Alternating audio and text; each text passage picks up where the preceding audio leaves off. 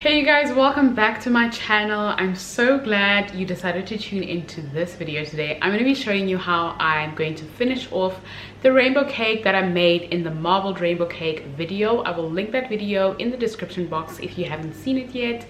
And I'm going to be attempting the paneling method of covering a cake in fondant. If you've ever ordered a cake from me, you know that I specialize in buttercream, and I've really been trying to up my skill level and try a hand out at fondant. I'm super nervous about this, so please be kind in the comments and please be kind enough to give this video a thumbs up, as this is actually my second attempt at covering a cake in fondant. Let's get into the video. To cover this cake, you're going to need some cake smoothers, white fondant icing, a rolling pin suitable for fondant. You'll need some string. You'll need a ruler. Then you're going to need this modeling tool or a really sharp knife. And then a brush. As you can see, I'd already crumb coated my cake. You can find the link in the description box to how I crumb coat my cakes, as well as how to make the rainbow sponge. So I'm taking my string and wrapping it around my cake. Make sure that your cake is chilled enough so that when you put the string around it, it doesn't make any indentations into the cake.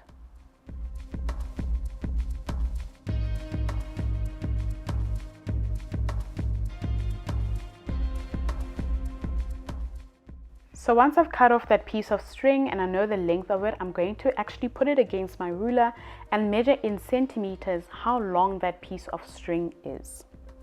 Once I know how long the piece of string is, I'm actually going to add 2 centimeters on there just to keep it safe and play it safe, because you don't want any gaps at the back of the seam when you're doing the paneling method. And once you know how long your string is, you're going to write this down so that you don't forget. And then I'm going to take my ruler and measure how tall my cake is. Now I've wiped my surface down and made sure that there's no dust or anything on there, and I'm going to rub some oil on there. If you've got some spray and cook in a can, that will also work fine and much quicker, but I do not flour my surface or put corn flour or icing sugar. I simply use oil.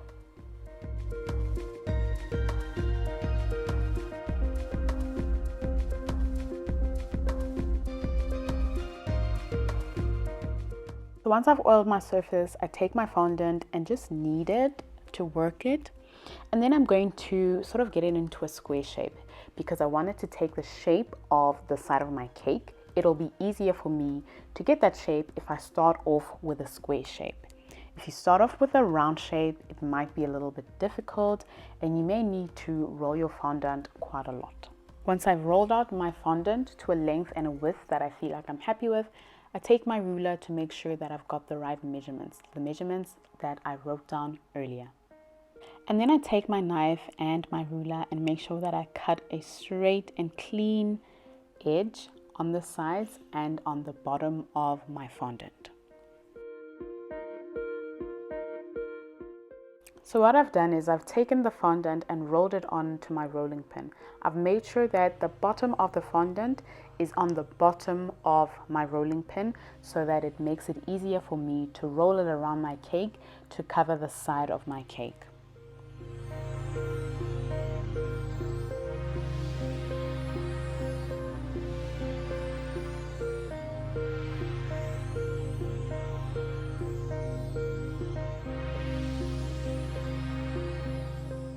As you can see, there is some extra fondant by the lip of where the seam ends, and that is the couple extra centimeters that I added when I did my measurements, and I did want that. I wanted that so that there was room for error and so that I could cut a clean seam down and that they meet nicely at the end.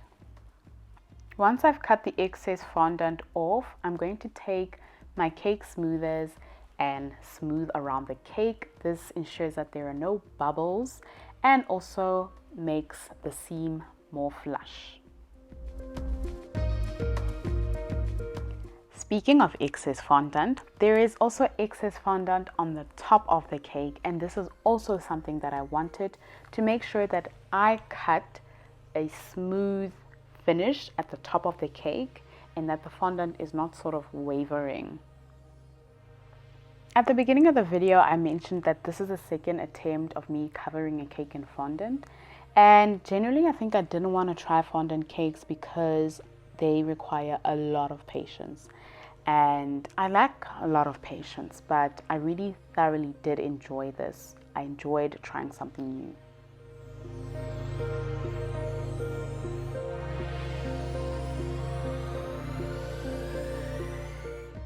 So because the inside of my cake is a rainbow cake, I decided to put the imprint Love is Love for Pride Month, although we're not in Pride Month anymore, onto the sides of my cake. And if you're going to do something like this, like put an imprint on or emboss lettering on, you want to do this as soon as you're done putting the fondant on your cake so that it doesn't dry out before you emboss your cake.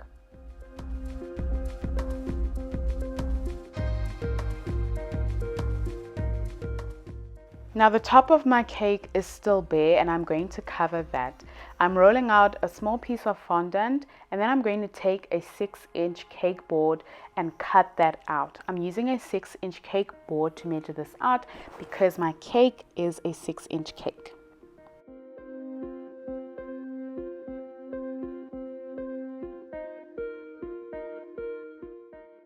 So now this is the part that I was not sure about, you guys. The seam on the top of this cake. Luckily, this was not an order. It was just for me to practice because practice makes perfect. I say if you are going to cover that seam with something, then it would be fine and you would still get that sharp edge that I like about buttercream cakes. But me trying to use my cake smoothers to close this seam helped a little bit, but not a ton.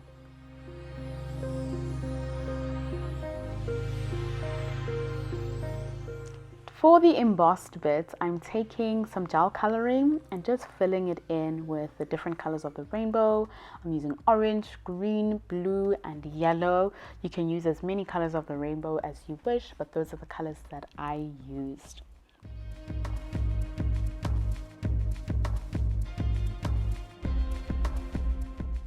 And that is my finished cake. I'm now going to put a rainbow cake topper on.